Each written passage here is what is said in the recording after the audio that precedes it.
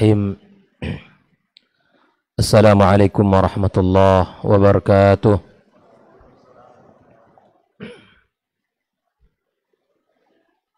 Alhamdulillahi rabbil alamin.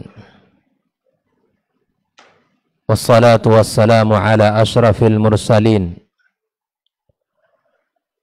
wa ala alihi tayyibin wa ashabihi al-ghurril mayamin wa man tabi'ahum bi ihsanin ila yaumiddin. Ashhadu an la ilaha illallah wahdahu la syarika lah, waliyus salihin wa khaliqul khalqi ajma'in. Wa ashhadu anna Muhammadan abduhu wa rasuluhu wa safiyyuhu wa khaliluhu fa salawatu rabbih wa salamu alaihi. Qala ta'ala ya ayyuhalladzina amanu ittaqullaha haqqa tuqatih wa la tamutunna illa wa antum muslimun. Wa qala ta'ala ya ayyuhalladzina amanu ittaqullaha wa qulu qawlan sadida yuslih lakum a'malakum wa yaghfir lakum dhunubakum wa man yuti'illaha wa rasulahu faqad faza fawzan 'azima. Subhanaka la ilma lana illa ma 'allamtana innaka antal alimul hakim. Amma ba'd, ma'asyiral hadirin wal hadirat minal muslimin wal muslimat, bapak-bapak, ibu-ibu, saudara-saudari, jamaah salat maghrib dan isya Masjid Raudhatus Shalihin, dan seluruh pendengar Radio Rabbani dan KMTV dan Baba TV dimanapun berada. Alhamdulillah, kita bersyukur kepada Allah Subhanahu wa ta'ala. Malam ini kita kembali dipertemukan Allah di majelis yang mulia ini, majelis yang mendatangkan rahmat Allah Subhanahu wa ta'ala. Mudah-mudahan hati-hati kita senantiasa terpaut dan cinta kepada ilmu. Hati kita senantiasa rindu untuk senantiasa berada di majelis ilmu, karena sesungguhnya majelis ilmu merupakan taman surga yang ada di muka bumi ini. Rasulullah sallallahu alaihi wasallam senantiasa memberikan semangat, motivasi kepada kita umatnya untuk senantiasa berada di taman ilmu seperti ini. Sebagaimana Rasul sallallahu alaihi wasallam katakan, wa idza marartum bi riyadil jannati farta'u. Andai kalian melewati sebuah taman di muka bumi ini, yaitu taman surga, maka nimbrunglah kalian di sana.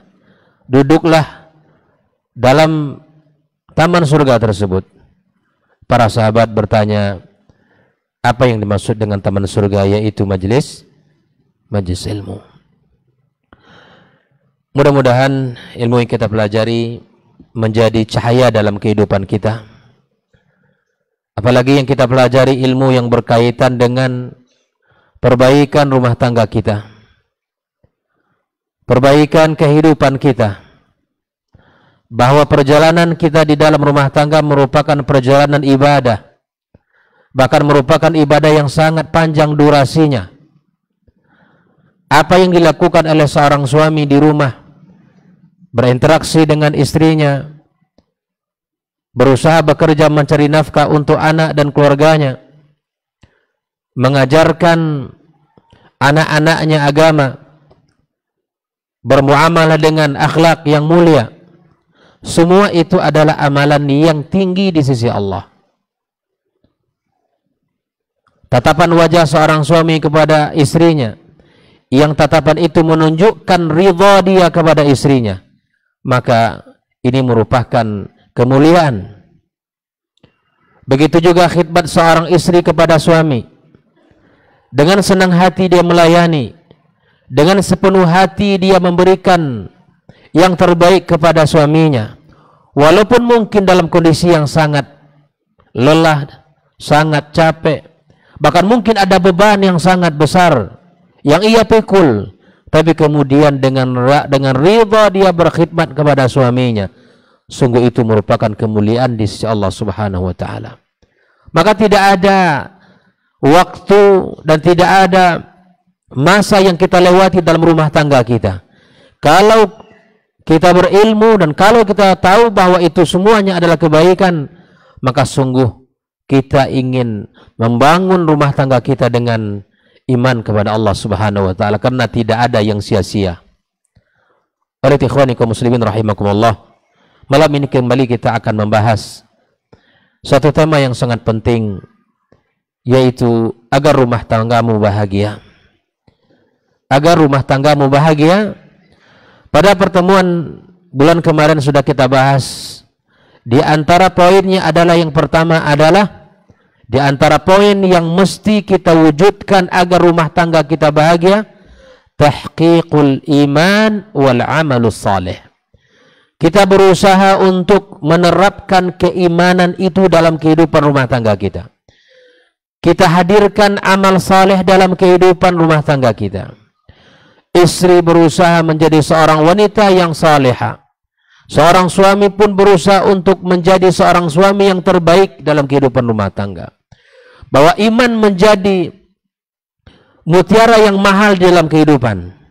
Bisa kita lihat Bapak Ibu semua, ketika rumah tangga tidak dihiasi dengan keimanan dan amal saleh, walaupun mereka hidup di tempat yang mewah, walaupun mereka memiliki kekayaan yang luar biasa, tapi di hati mereka kering keimanan, di hati pasangan tidak ada yang namanya amal saleh, tidak mencintai yang namanya kebaikan, maka rumah tangga itu tegak.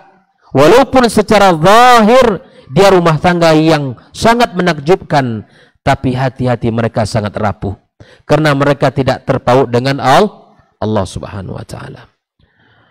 Makanya Allah Subhanahu wa taala berjanji kepada setiap laki-laki dan perempuan yang beramal saleh dan dia beriman kepada Allah tabaraka wa taala, Allah katakan apa? Falanuhyiyannahu hayatan thayyibah. Kami akan berikan kepada mereka kehidupan yang baik. Kehidupan yang baik itu diantaranya dari skala para ulama, ada tumbuh rasa syukur di dalam hati mereka. Apa yang Allah berikan itu adalah nikmat yang hadir dengan lisan-lisan yang bersyukur kepada Allah Subhanahu wa taala. Kemudian kita sangat dekat dengan ketaatan. Hari-hari yang dilewati semuanya diisi dengan ibadah kepada Allah Subhanahu wa taala. Yang kedua, poin yang kedua, agar rumah tangga kita bahagia adalah ayyuqama zikrullah fil buyut. Kita menghidupkan rumah kita ya dengan zikir-zikir kepada Allah Subhanahu wa taala. Yang menjadi hidup, yang menjadi sesuatu yang senantiasa didengar dari lisan-lisan orang-orang yang tinggal di rumah itu adalah zikir kepada Allah Subhanahu wa taala. Kita sebagai suami berusaha untuk senantiasa menjaga zikir. Seorang istri juga berusaha untuk menjaga zikir-zikir kepada Allah Subhanahu wa taala. Dan di antara zikir yang paling afdal adalah mengucapkan, membaca kalimat-kalimat yang Allah turunkan, firman Allah Subhanahu wa taala. Di rumah kita baca Al-Quran. Di rumah kita dengarkan ayat Allah Subhanahu wa taala. Berusaha kita mengosongkan dari rumah kita suara-suara musik. Ya, berusaha menjauhkan berbagai bentuk nyanyian dalam rumah tangga kita. Kita hadirkan kalamullah, sebaik-baik kalam ya Allah turunkan ke muka bumi ini. Bahwa ketika kita mendengarkan, walaupun kita tidak faham Al-Quranul Karim, kita mendapatkan kebaikannya. Bukankah satu huruf itu akan diberikan satu pahala, dan satu kebaikan akan dilipat gandakan menjadi 10 kebaikan, dan 10 kebaikan akan dilipat gandakan Allah Subhanahu wa taala menjadi 70 kebaikan. Akankah kita menyanyiakan rumah kita ini tanpa dibacakan dengan ayat-ayat Allah Subhanahu wa taala? Apalagi kita di bulan Sya'ban ini. Kata para ulama, bulan Sya'ban adalah syahrul qurra, bulan di mana kita membaca Al-Quranul Karim, bulan di mana kita ini mengisi rumah-rumah kita, hari-hari kita dengan tilawah dilantunkan ayat-ayat Allah Subhanahu wa taala. Makanya di bulan Sya'ban ini disebutkan oleh para ulama, di antaranya Abu Bakar Al-Balkhi bahwa bagaimana kita seharusnya di bulan Sya'ban. Beliau mengumpamakan dengan sebuah aktivitas kehidupan manusia. Beliau mengatakan bulan Rajab ada bulan kita menanam. Bulan Sya'ban bulan di mana kita menyirami tanaman kita. Dan bulan Ramadan adalah bulan di mana kita menuai tanaman yang sudah kita tanam. Dalam ungkapan yang lain, bulan Sya'ban itu, bulan Rajab itu dikatakan seperti angin yang kencang yang menghembus. Di bulan Sya'ban merupakan awan yang sangat pekat menggumpal. Dan di bulan Ramadan adalah bulan yang turun rahmat hujan. Kalaulah kita, keluarga mukmin hari ini, tidak mempersiapkan diri kita dengan sebaik-baiknya di bulan Sya'ban ini, maka Ramadan tidak akan memiliki semangat yang luar biasa. Ramadan akan hadir biasa saja. Ramadan ya hadir hanya melewati masa-masa dan waktu tanpa memiliki energi, tanpa memiliki semangat, tanpa memiliki kelebihan-kelebihan di hari-hari Ramadan itu. Makanya mukminin, muslimin, kita mari persiapkan diri. Kita berada sekarang di bulan Sya'ban di pekan pertama, akan masuk pekan kedua. Mari kita hidupkan ibadah-ibadah yang sangat dianjurkan oleh Rasulullah sallallahu alaihi wasallam. Di antara ibadah yang dianjurkan di bulan Sya'ban apa? Kita memperbanyak siyamus sunnah. Ajak istri kita puasa, ajak suami kita puasa, ajak keluarga kita, anak kita puasa. Puasalah Senin Kamis atau ditambah dengan ayyamul bid. Kemudian ayat-ayat Al-Quran mulai kita jadikan, kita buat ya bacaan-bacaan yang mesti kita targetkan agar kita terdisiplin, agar kita hidup di dunia ini betul-betul ya, wa ma khalaqtul jinna wal insa illa liya'budun. Baik, kaum muslimin rahimakumullah. Yang ketiga, agar rumah tangga kita bahagia, disebutkan oleh para ulama, di antaranya adalah antakunal al-wud wal mahabbah, bahwa cinta dan kasih itu merupakan bumbu yang sangat penting dalam kehidupan rumah tangga. Bagaimana mungkin rumah tangga kita bahagia sementara cinta dan kasih sayang antara kedua pasang itu tidak hadir? Ada orang yang seatap tapi tak sejiwa. Ada orang yang hidup bersama tapi tak sehati. Walaupun dia tidur satu kamar dengan pasangan tapi hatinya tidak berada sama pasangannya. Bagaimana mungkin akan tumbuh kebaikan-kebaikan? Bagaimana mungkin akan subur amal saleh? Bagaimana mungkin akan tercipta lingkungan rumah tangga yang indah? Bagaimana mungkin anak-anak itu taat? Bagaimana mungkin anak-anak ini menjadi anak yang saleh dan saleha? Sementara orang-orang yang menjadi usul dalam rumah tangga itu sendiri yang memiliki hati yang tidak sama. Sebagaimana para ulama mengatakan, di dalam rumah itu ada usul, ada furu'. Usul itu adalah yang menjadi pokoknya siapa? Adalah suami dan istri. Ibaratnya hulunya. Adapun furu'nya adalah anak yang merupakan buah dari pernikahan. Kalau ibaratkan sebuah batang sungai adalah hilirnya. Kalau hulunya baik, maka hilirnya akan, kalau air di hulunya jernih, insya Allah air di hilirnya juga akan.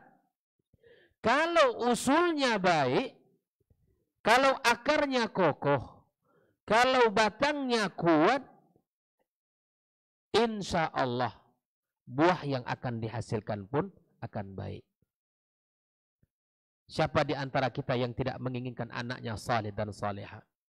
Siapa di antara kita yang tidak menginginkan anaknya berhasil? Anaknya anak-anak yang berbakti. Tidak ada, semua kita menginginkan itu. Tapi terkadang kaum muslimin rahimakumullah, kita hilang dalam panduan untuk mendapatkan itu. Maka di antara panduan agar rumah tangga kita bahagia dan anak-anak kita juga bahagia, maka tumbuhkan di antara pasangan kita itu cinta dan kasih di antara kita. Kita sebagai seorang suami telah mengikat perjanjian itu dengan ikatan yang kuat. Disebut oleh Al-Quran dengan mitsaqan ghalidha. Kita tidak boleh menyanyiakan amanah yang sangat besar ini. Kita tidak boleh abaikan. Karena sebelum kita nanti akan diminta pertanggungjawaban bagaimana bakti anak kepada kita sebagai orang tua, maka sungguh orang tua, suami dan istri kita semua ini akan pertama kali diminta Allah pertanggungjawaban terhadap anak kita. Kita sebagai orang yang beriman, percaya akan hari hisab, percaya akan hari di mana Allah akan memperlihatkan catatan amal kita. Di antara bentuk yang akan dihisab oleh Allah kepada kita apa? Pendidikan kita terhadap anak-anak kita. Ma'asyiral hadirin wal hadirat rahimakumullah. Ada sebuah hadis agar rumah tangga kita ini senantiasa langgeng cinta dan kasih, senantiasa ta'zim antara suami dan istri ini ada sebuah hadis yang mesti kita pegang baik-baik. Kata Rasul sallallahu alaihi wasallam, inilah cara merawat cinta di antara kita. Rasul sallallahu alaihi wasallam mengatakan, la yafruku mu'minun mu'minah, la yafruku mu'minun mu'minatan in kariha minha khuluqan radiya minha akhar. Ini resep cara kita merawat cinta di antara pasangan kita. Kata Rasul sallallahu alaihi wasallam, tidak pantas bagi seorang laki-laki yang beriman, ya, sebagai seorang suami untuk membenci istrinya. Tidak pantas bagi kita untuk membenci istri kita. Apabila ada kekurangan pada istri kita, ada satu sifat yang tidak kita sukai padanya, maka Rasulullah sallallahu alaihi wasallam berikan resep kepada kita, radiya minha akhar. Maka kita harus lihat kepada akhlak yang kita ridhai. Jangan fokus kepada kekurangannya. Jangan fokus kepada sifat yang tidak kita sukai.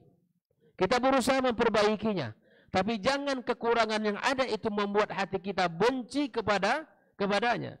Jangan membuat kita lupa akan kebaikan-kebaikan dia yang selama ini. Terkadang subhanallah perjalanan rumah tangga dengan perjalanan yang senantiasa mendapatkan cobaan dan ujian, hantaman badai, angin, ombak yang kencang membuat bahtera ini terombang-ambing. Inilah resep nabawi yang Nabi sebutkan kepada kita, wahai para qawam, wahai para suami, lihatlah hadis Nabi sallallahu alaihi wasallam ini. Jadikan fokus kita pada kebaikan masing-masing. Jadikan fokus kita kepada kebaikan kita masing-masing. Kita menikah bukan untuk mencari kekurangan pasangan kita. Kita menikah bukan untuk mencari salah satu sifat buruk dari pasangan kita. Bahkan kita menikah untuk menyempurnakan kita. Menyempurnakan masing-masing dari kekurangan kita. Kita bisa hidup bersama bukan karena persamaan kita. Justru karena ada perbedaan. Yang perbedaan itu kita mesti jadikan satu peluang untuk memberikan ridha kepada pasangan kita. Ma'asyiral hadirin wal hadirat rahimakumullah. Inilah resep dari Rasulullah sallallahu alaihi wasallam agar rumah tangga kita ini bisa senantiasa tegak di atas cinta dan kasih. Rasulullah sallallahu alaihi wasallam juga menyebutkan dalam sebuah hadisnya bahwa di antara faktor yang bisa menyebabkan seseorang itu bahagia, Rasulullah sallallahu alaihi wasallam mengatakan dari sahabat Nabi Sa'ad ibn Abi Waqqas radhiyallahu taala anhu, anna Rasulullah sallallahu alaihi wasallam qala arba'un minas sa'adah. Ada 4 perkara yang menjadi kunci kebaikan. Yang pertama adalah al-mar'atus salihah, wanita yang saleh, istri yang salihah, wanita yang salihah. Ya, ini adalah kunci utama.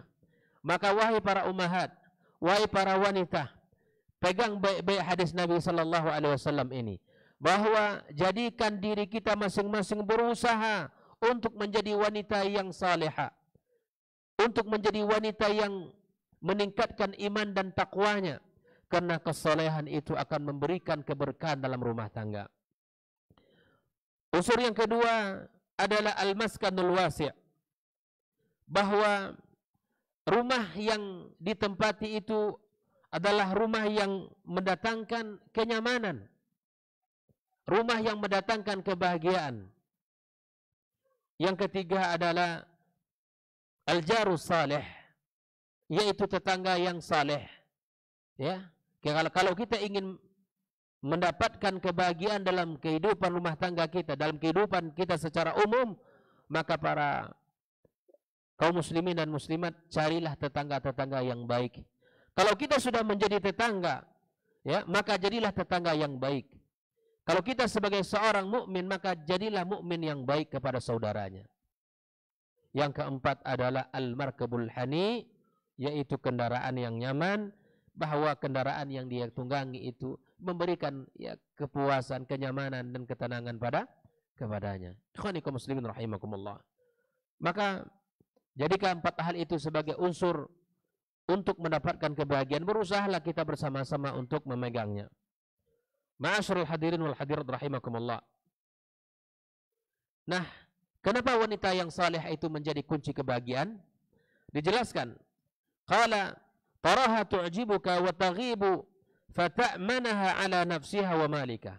Karena wanita yang saleha ini ketika ia ditinggalkan, maka wanita itu menjaga kehormatannya, menjaga harta suaminya, dan apabila dia dipandang oleh suami, maka dia menjadi wanita yang sangat mengagumkan. Akhlaknya, sifatnya, ucapannya sangat memberikan kebahagiaan di dalam hati suaminya. Maka para wanita yang dimuliakan Allah Subhanahu wa taala, para akhwat dan para ummahat, berusahalah untuk menjadi ya wanita-wanita yang salihah, karena itu merupakan kedudukan yang sangat mulia di sisi Allah Subhanahu wa taala. Kemudian yang keempat, di antara yang menjadi sebab agar rumah tangga kita bahagia, an takunal ishratu fiha bil ma'ruf, yaitu di mana kita al-mu'asyarah, bergaul dengan keluarga kita dengan cara yang baik. Allah Subhanahu wa taala telah mengatakan wa'ashiruhunna bil ma'ruf. Ya, pergaulilah istri kalian dengan cara yang baik. Di antara bentuk-bentuk mu'asyarah bil ma'ruf adalah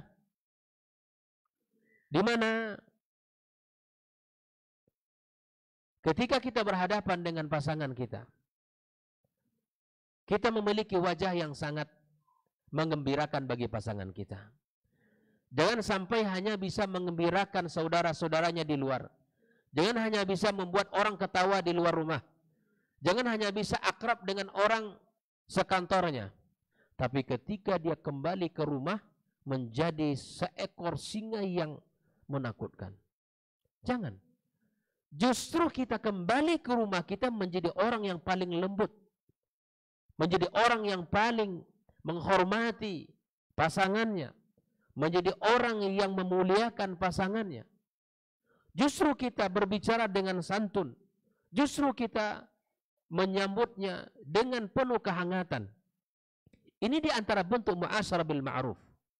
Ada orang subhanallah, kalau di luar sana orangnya sangat menggembirakan orang lain. Tetapi kalau dia kembali ke rumahnya, sekali lagi membuat hati, ya rumah itu seakan-akan kering. Tidak ada kebahagiaan, tidak ada keakraban, tidak ada yang namanya ungkapan-ungkapan yang indah. Itu kering sekali. Jangan sampai ini hadir dalam rumah tangga kita kaum muslimin. Jangan sampai ini hadir dalam rumah tangga kita. Rasulullah sallallahu alaihi wasallam adalah qudwah kita. Diceritakan oleh Aisyah radhiyallahu taala anha bahwa Nabi kita alaihi salatu wassalam, dia menceritakan wa kana alyanun nasi wa altafu. Orang yang paling lembut, orang yang paling santun kepada keluarganya. Rasulullah sallallahu alaihi wasallam sebagai pemimpin yang tegas, sebagai pemimpin yang ditakuti, yang disegani, kuat. Tapi ketika dia berhadapan dengan keluarganya, maka dia menjadi orang yang paling mulia dan paling santun kepada pasangannya. Rasulullah sallallahu alaihi wasallam mengatakan, khairukum li ahlikum wa ana khairukum li ahli. Sebaik-baik kalian ini, kata Rasul. Kita semua ini, ukuran terbaik kita di sisi Allah.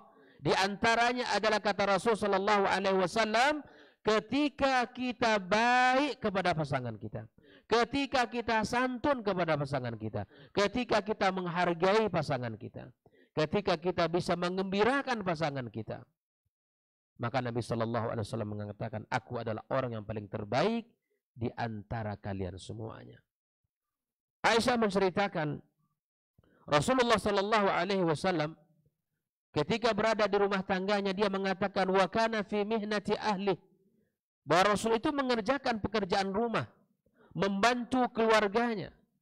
Kalau rumah Rasul SAW itu, Masya Allah Pak, kecil sekali. Mungkin Bapak Ibu yang sudah berangkat umrah bisa melihat bagaimana rumahnya, ya, Rasul Shallallahu Alaihi Wasallam yang hari ini, ya, menjadi di mana Rasul Shallallahu Alaihi Wasallam dikuburkan di kamar Aisyah radhiyallahu taala anha.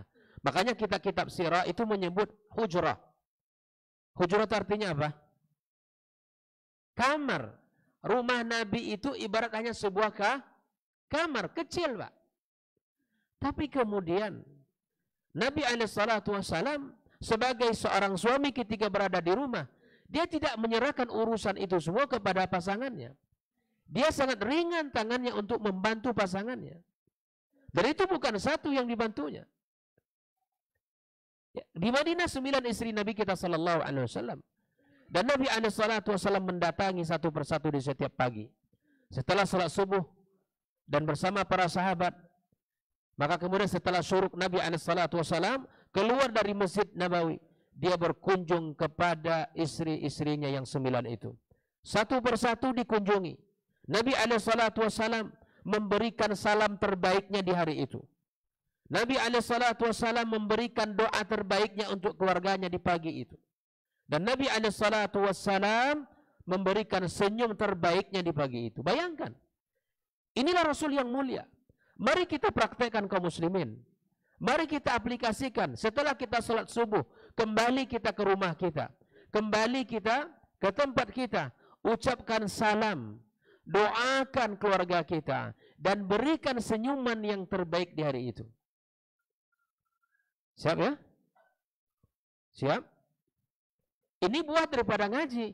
Ya kalau duduk kita terus ngaji sekian tahun, tapi kemudian ini tidak diamalkan, apa gunanya kita? Ini Nabi kita Sallallahu Alaihi Wasallam yang mengajarkan bagaimana akhlak seorang suami kepada pasangannya. Masuk rumah ucapkan salam, doakan pasangan kita. Doakan biar lunak hatinya, ya kan? Nah, itu udah senyum-senyum aja nih. Kalau lihat lunak hati, kemudian terbayang semantum yang lain.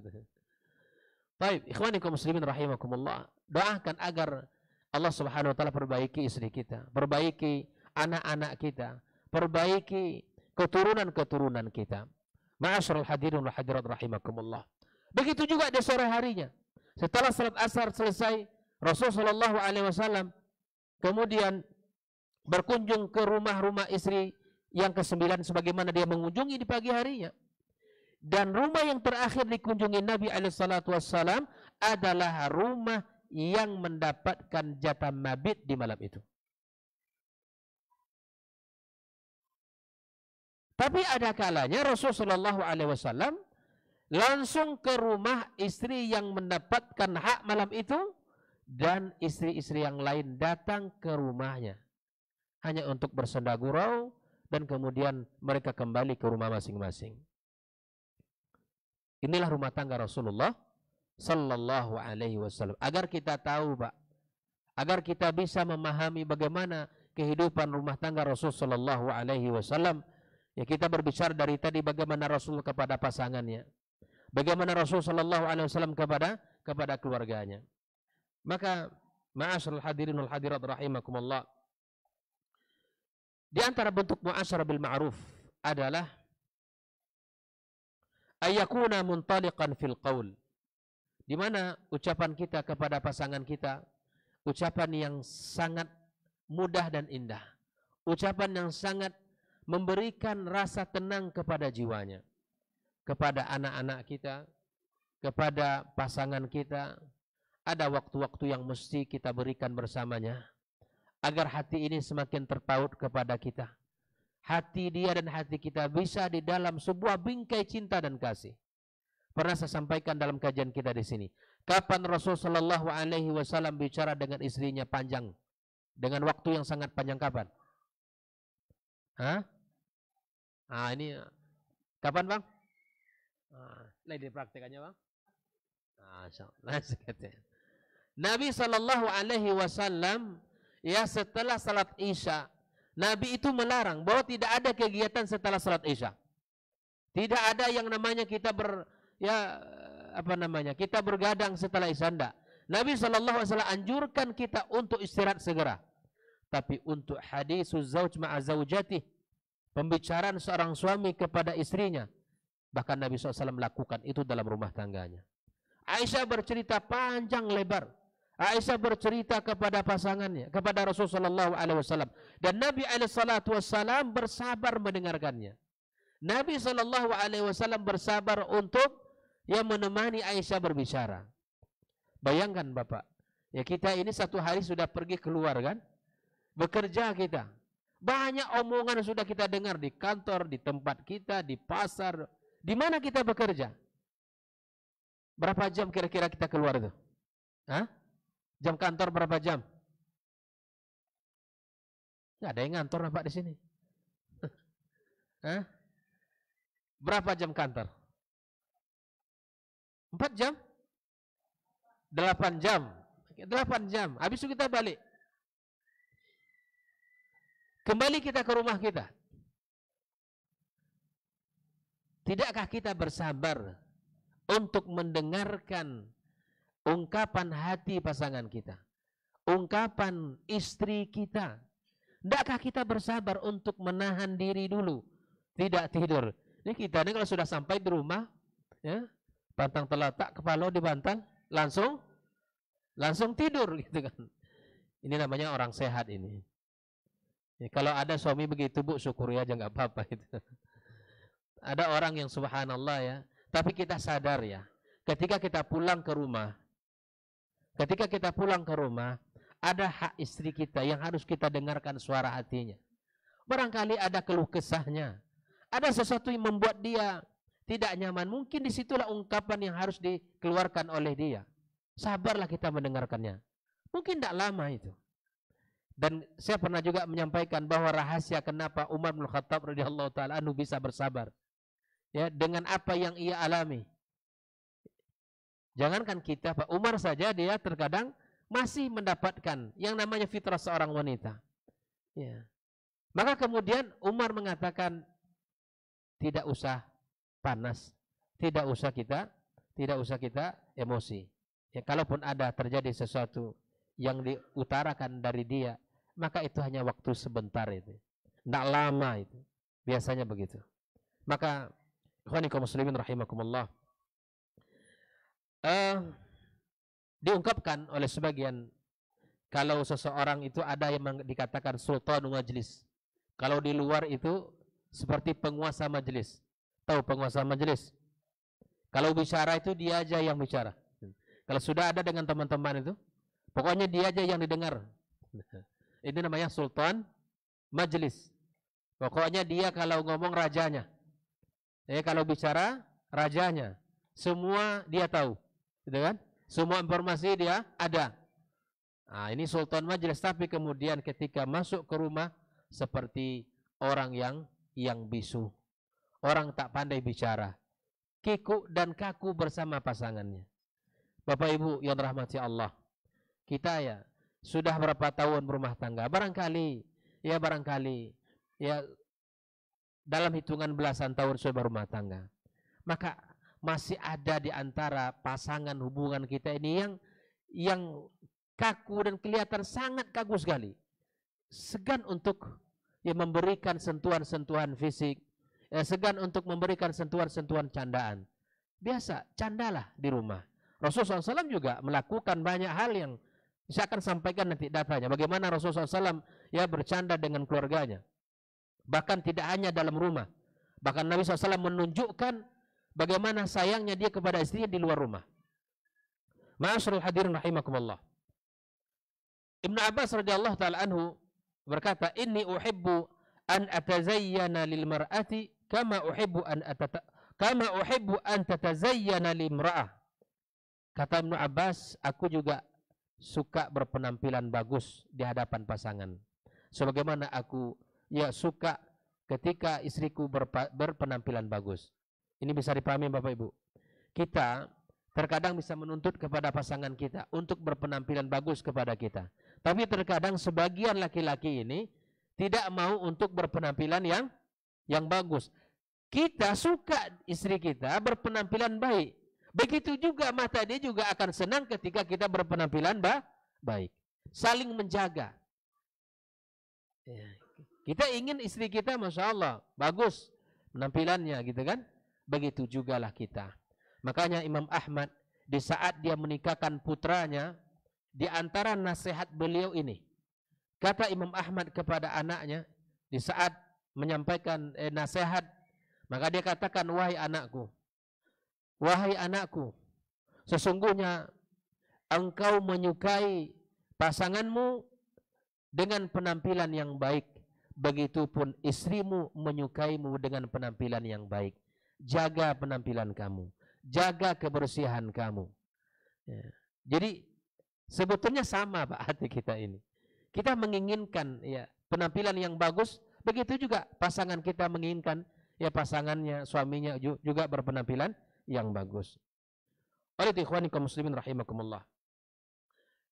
Di antara ungkapan Rasulullah sallallahu alaihi wasallam yang menunjukkan rasa cinta dan perhatian Nabi sallallahu alaihi wasallam yang membuat istrinya ketawa, yang membuat istrinya juga bahagia. Apa yang dilakukan Rasulullah sallallahu alaihi wasallam ya ba'dal isya wa kana yusabiqu Aisyah radhiyallahu taala an taqulu sabaqani Rasulullah sallallahu alaihi wasallam fasabaqtuhu wa dzalika qabla an ahmal al-lahm. Ini kisah antara Rasulullah dengan Aisyah di saat Rasul sallallahu alaihi wasallam ya ingin melakukan lomba lari ya. Lomba lari antara dia dengan pasangannya, dengan Aisyah radhiyallahu taala anha. Dan Rasul sallallahu alaihi wasallam ketika itu dalam putaran pertama Aisyah menang. Di sini disebutkan ketika itu badan saya masih kecil. Tetapi di suatu ketika ya putaran kedua di lain waktu Rasul sallallahu alaihi wasallam menang.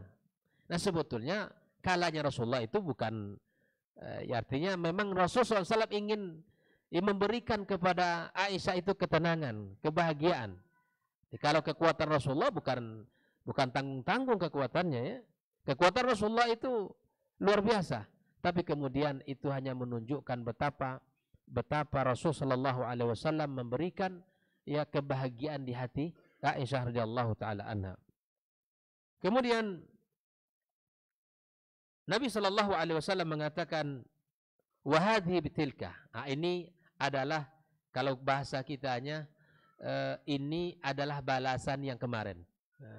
Balasan dulu aku kalah, hari ini aku yang menang.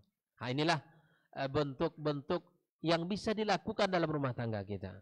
Ya bisa dalam sehari-hari kita melakukanlah hal-hal yang membuat hati kita saling ya memberikan rasa cinta dan kasih di antara kita. Dan itu adalah bentuk muasyarah bil ma'ruf kepada pasangan kita.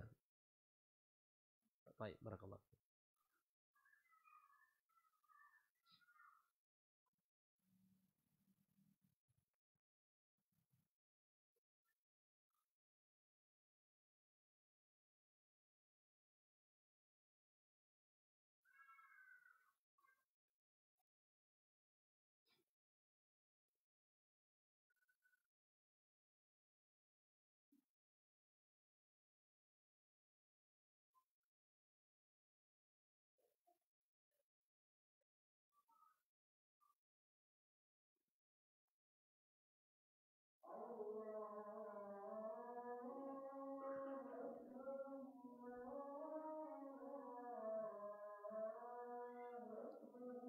Allah.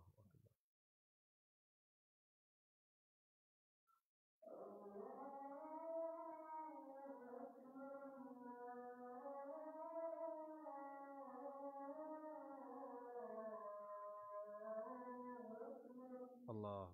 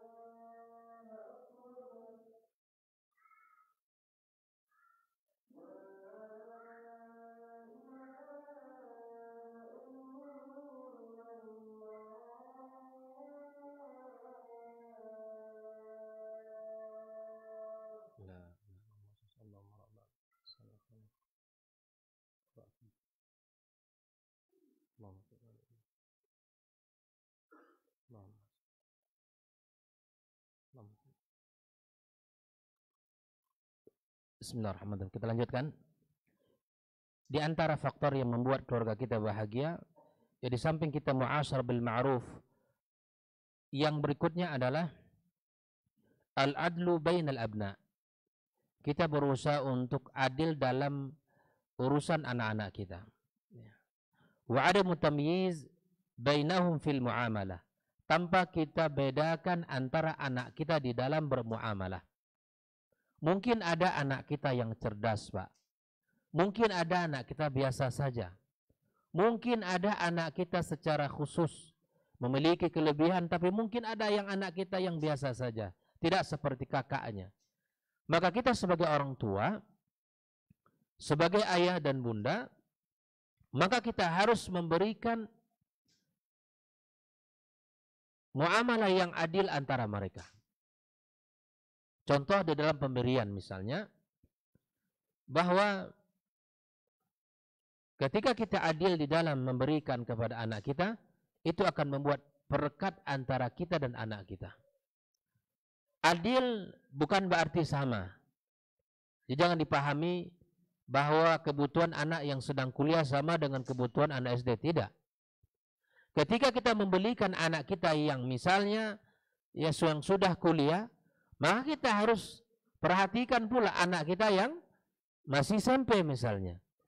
Maka kita berikan pengertian kepada anak kita, bahwa dia dapat sesuatu dari kita, dia pun juga, anak kita yang misalnya adiknya juga dapat. Kalau kakaknya kita berikan, maka adiknya juga dapat pemberian kita. Sehingga hal ini terjadi di zaman Rasul sallallahu alaihi wasallam. Ketika ada salah seorang yang meminta Rasul sallallahu alaihi wasallam untuk menjadi saksi atas pemberian anaknya. Lalu Nabi sallallahu alaihi wasallam mengatakan, "Apakah engkau memberi seluruh anakmu?" Maka dia mengatakan tidak. Maka Nabi sallallahu alaihi wasallam mengatakan, "Saya tidak mau untuk menjadi saksinya." Nabi menolak. Karena dia tidak bersikap adil kepada anaknya. Tidak menunjukkan kasih sayang dengan pemberian yang sama kepada anaknya. Nabi SAW tidak mau ini. Ini di antara perkara yang mesti kita hadirkan dalam rumah tangga kita. Jangan ada rasa condong hati kita ke salah satu dari anak kita. Insya Allah anak-anak kita semuanya sama di sisi Allah Subhanahu Wa Taala.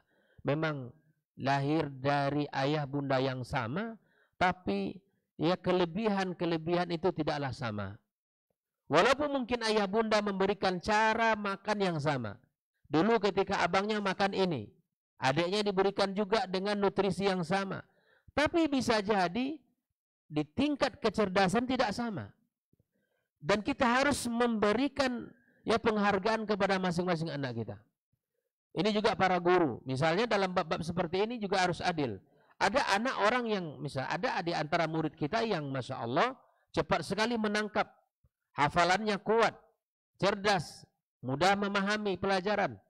Tapi ada di antara murid-murid kita yang secara IQ dia biasa saja. Tapi kemudian barangkali ada kelebihan dari sisi lain. Kita sebagai guru harus adil di dalam memberikan penilaian. Jangan senantiasa kita banding-bandingkan. Jadi antara perkara yang buruk di dalam mendidik anak kita apa? Membanding-bandingkan antara anak kita yang satu dengan yang lainnya. Begitu juga di antara perkara yang salah di dalam pendidikan, di mana guru senantiasa membanding-bandingkan antara murid ini dengan ini. Ini tidak baik. Karena masing-masing memiliki kelebihan. Masing-masing memiliki keistimewaan. Kita hargai masing-masing dari mereka sesuai dengan kelebihan yang ia miliki. Ini tolong dipahami Bapak semua. Bahwa ketika kita membanding-bandingkan itu akan membuat susah kita ke depannya. Kita membuat repot diri kita sendiri karena kita sudah melakukan perkara yang fatal. Dengan sampai kalau bapak puji anak bapak misalnya yang satu ini dipuji, puji juga adiknya. Dari sisi yang lain. Karena barangkali kita tidak merasa itu biasa saja Ustaz. Di hatinya dia akan ada rasa. Coba saja.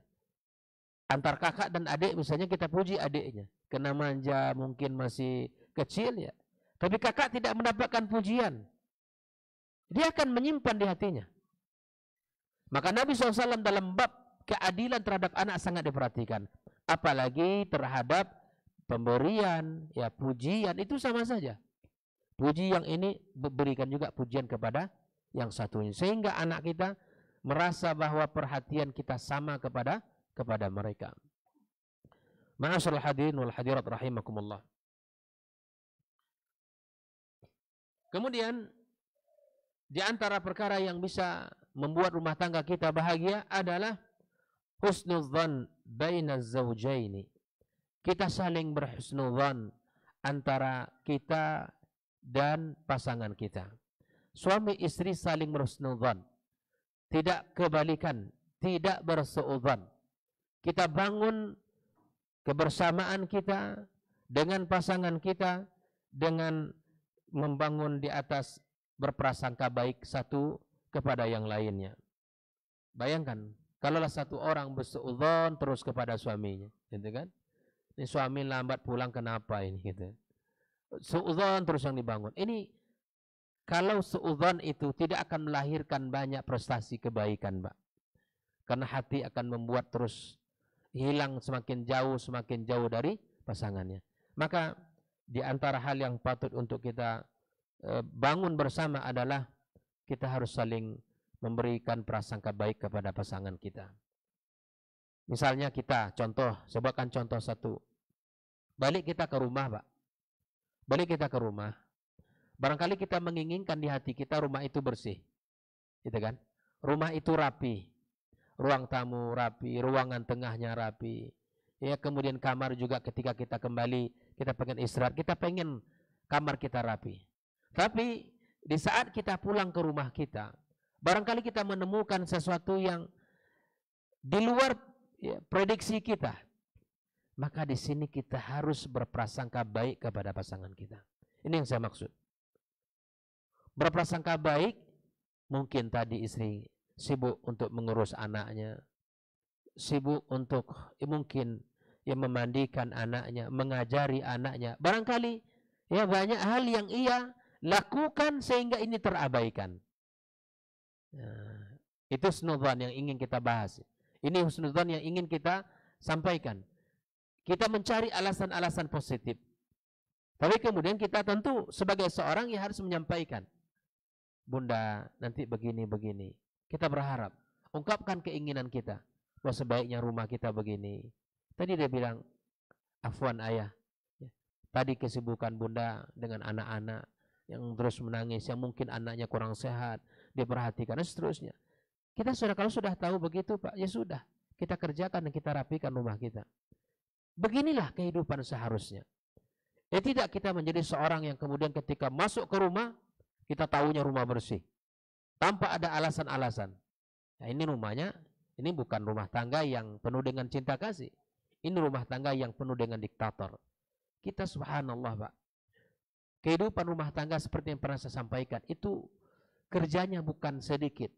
Makanya dalam pembahasan di antara kita para ulama, bahwa ketika istri kita bekerja, kita katakan tidak ada pekerjaan, ini tolong dirubah ini. Terkadang di antara perkenalan apa pekerjaan istrinya sekarang, istri kita tidak ada pekerjaannya. Tidak. Bilang istri saya adalah guru bagi anak-anak saya. Istri saya guru. Di mana? Di rumah saya. Bayangkan. Jangan dibilang istri mana? Istri saya tidak ada pekerjaan. Bilang nggak ada pekerjaan. Pekerjaan rumah itu berat. Pekerjaan rumah itu sangat berat. Yang mana anak yang harus diurus, rumah yang harus dibersihkan, pakaian yang harus dicuci, dan seterusnya. Ini membutuhkan tenaga, membutuhkan semangat, membutuhkan support dari kita. Kalau kita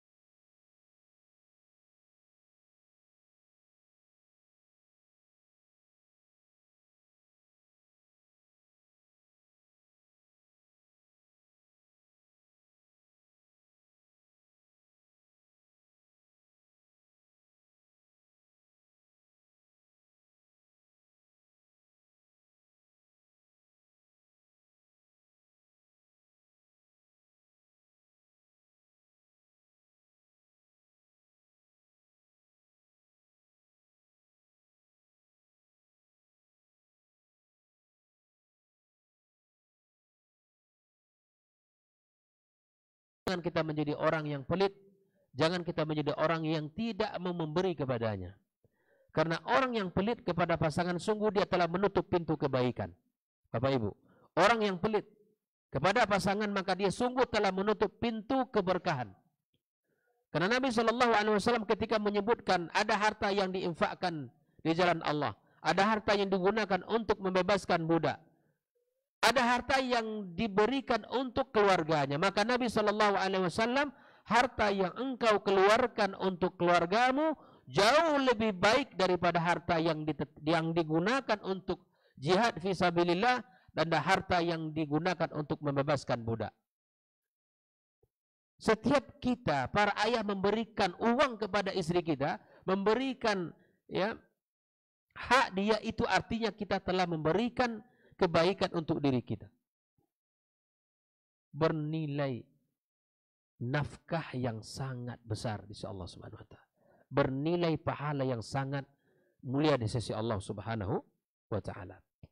Begitu juga di antara manhaj as-salihin di dalam bermuamalah adalah kita tidak boleh mencaci maki pasangan kita. Kita tidak boleh mengatakan kata-kata yang buruk kepada pasangan kita. Wala yuqabbi ahlaha, dan kita tidak juga mencaci maki dan merendahkan keluarganya. Ya, wala yal'anwa, juga kita tidak boleh melaknat pasangan kita. Juga tidak boleh melaknat keluarga istri kita. Kenapa? Karena Rasulullah SAW mengatakan antut'imaha idza ta'imta. Hak istri kita dan kewajiban kita kepadanya apa? Memberi makannya kalau kita makan. Wa taqsuha idza iktasaita, memberikan pakaian kepadanya. Wala tadribil wajh, jangan engkau pernah pukul wajahnya. Wala tuqabbih, jangan engkau pernah jelek-jelekan dia. Wala tahjur illa fil bait, dan jangan engkau pisahkan ranjang kecuali di rumah. Ini konsep ta'dib dalam rumah tangga, memberikan pelajaran kepada istri itu pisah ranjang, itu pisah di dalam rumah. Bukan kita lari dari rumah. Paham? Ada keluarga terjadi permasalahan, Pak. Ya, terjadi permasalahan clash, salah faham. Mungkin ya ada kata-kata atau sikap yang kurang berkenan.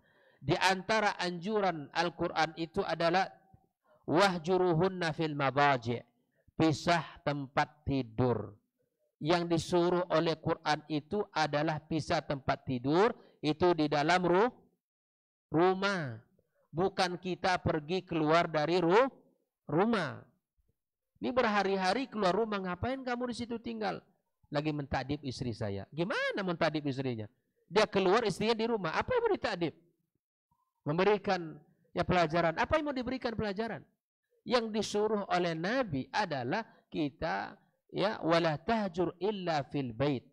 Kita pisah ranjang itu dalam rangka menunjukkan tidak ridha kita, agar dia faham ini suami enggak ridha. Kita palingkan punggung kita, tidak menghadap, tidak satu ranjang dengannya tidur. Ini adalah pelajaran-pelajaran. Tapi ini di dalam rumah. Tidak kita lakukan, kita keluar lari dari rumah. Bukan. Ini bukan yang dituntut ini. Tapi kita tidur di tempat, atau kita suruh istri kita tidur di kamar yang lain. Kita tidur di kamar utama kita. Ini di antara bentuk-bentuknya yang harus kita lakukan. Di antara bentuk manhaj as-salihin adalah la yuhasib atau la yuhasabu mura'atahu ala kulli syai'. Tidak boleh menghitung-hitung. Ini terlalu menghitung-hitung, nanti Allah menghitung-hitung kepada kita, ya. Jangan dihitung-hitung. Ya, berikan saja kepada pasangan kita. Apa yang kita miliki, apa yang kita punya, apa yang kita tunjukkan. Mau kita ini mencintai dia. Bahkan Nabi SAW katakan, istausu bin nisa'i khaira. Aku mewasiatkan berbuat baik kepada perempuan, kata Rasul. Perempuan ini umum sifatnya. Bisa jadi itu istrinya, bisa jadi itu anak perempuannya, bisa jadi itu bibinya. Kepada siapa saja, Nabi SAW menyuruh kita agar berbuat baik kepada wanita. Fa innal mar'ata khuliqat min dila'. Wanita itu tercipta dari tulang rusuk yang paling bengkok. Ya, terbuat dari tulang rusuk yang bengkok. Wa inna awaja syai'in fid dala', yang paling bengkok, yang paling di atas. Fa in dhahabta tuqimuhu kasartah. Jika engkau mencoba untuk meluruskannya dengan paksa maka engkau patahkan dia. Wa in taraktahu lam yazal a'waj. Engkau tinggalkan dia seperti itu, maka dia akan senantiasa bengkok dan bengkok. Fastausu bin nisa'i khaira. Aku wasiatkan kepada kalian, kata Rasul, agar kalian berbuat baik kepada para wanita. Bil khusus adalah istri kita, para orang tua kita, ibu kita. Hormati mereka, sayangi mereka, muliakan mereka, karena ini adalah memuliakan mereka itu adalah perintah Rasulullah sallallahu alaihi wasallam. Ma'asyiral hadirin wal hadirat rahimakumullah. Kemudian di antara perkara-perkara yang mesti juga kita harus perhatikan dalam rumah tangga kita adalah di mana kita mencoba untuk menahan amarah dan ego kita agar kehidupan kita berjalan dengan baik dan rumah tangga kita berjalan sesuai dengan yang diinginkan. Rumah tangga turun di dalamnya ketenangan, rumah tangga kita turun di dalamnya adalah kebaikan-kebaikan serta keberkahan. Nabi sallallahu alaihi wasallam menekankan pada hak suami istri ini adalah hak yang bab yang sangat besar dan sangat agung. Nabi sallallahu alaihi wasallam mengatakan wa inna li ahlika 'alaika haqqa. Pasangan kamu, keluarga kamu adalah ada hak kepada kamu. Berikan hak-hak kita. Tunaikan hak-hak kita kepada mereka. Tunaikan hak-hak kita kepada anak dan pasangan kita. Yang mudah-mudahan Allah Subhanahu wa taala yang memberikan kepada kita kemudahan di dalam mempraktekkan langkah-langkah agar rumah tangga kita ini menjadi bahagia. Mudah-mudahan Allah Subhanahu wa taala menjadikan rumah tangga kita rumah tangga yang mendekatkan kita kepada ridha-Nya, menenteramkan hati dan jiwa kita. Rumah tangga yang kita sering sebut baiti jannati, rumahku adalah surgaku. Rumah tangga yang di dalamnya penuh dengan keimanan, ketakwaan, hidup subur, berkembang di dalamnya amal saleh, pada diri wanita, pada diri laki-laki terpancar kebaikan-kebaikan. Mudah-mudahan Allah Subhanahu wa taala berikan kepada kita kemudahan untuk mewujudkan rumah tangga kita rumah tangga yang bahagia. Mudah-mudahan Allah Subhanahu wa taala bantu kita bersama. Semoga apa yang disampaikan pada malam yang berbahagia ini menjadi ilmu bagi kami dan kita semua, dan semoga Allah Subhanahu wa taala kumpulkan kita di dalam surganya sebagaimana Allah kumpulkan kita di tempat yang mulia ini. Dan saya pribadi minta maaf yang sebesar-besarnya jika ada kata-kata yang menyakitkan atau yang menyinggung perasaan para ayah bunda semua, atau sikap yang kurang berkenan, saya minta dimaafkan dan direlakan. Mudah-mudahan Allah Subhanahu wa taala pertemukan kita kembali dalam kajian ini insyaallah setelah Ramadan, karena ini merupakan kajian terakhir untuk bulan ini, dan bulan depan kita sudah memasuki bulan suci Ramadan. Yang mudah-mudahan Allah Subhanahu wa taala sampaikan usia kita. Allahumma balikna Ramadan, Allahumma balikna Ramadan, Allahumma balikna Ramadan. Semoga Allah sumpahkan kita dengan bulan Ramadan, dan kemudian kita keluar dari bulan Ramadan dengan penuh ampunan, dengan penuh kembali kepada kebaikan dan kesucian kita. Kemudian insyaallah apa yang dibahas selama lebih kurang 6 bulan atau sejak Muharram kemudian kita masuk ke bulan Sya'ban, atau kemudian ini merupakan bulan terakhir dalam kajian kita sebelum Ramadan, yang mudah-mudahan menjadi amal jariah bagi kita bersama dan bisa kita praktekkan dalam kehidupan kita. Wallahu taala alam bisawab. Wa sallallahu ala nabiyyina Muhammadin wa sallam. Wa subhanakallahumma bihamdika asyhadu an la ilaha illa anta astaghfiruka wa atubu ilaik. Wassalamualaikum warahmatullahi wabarakatuh.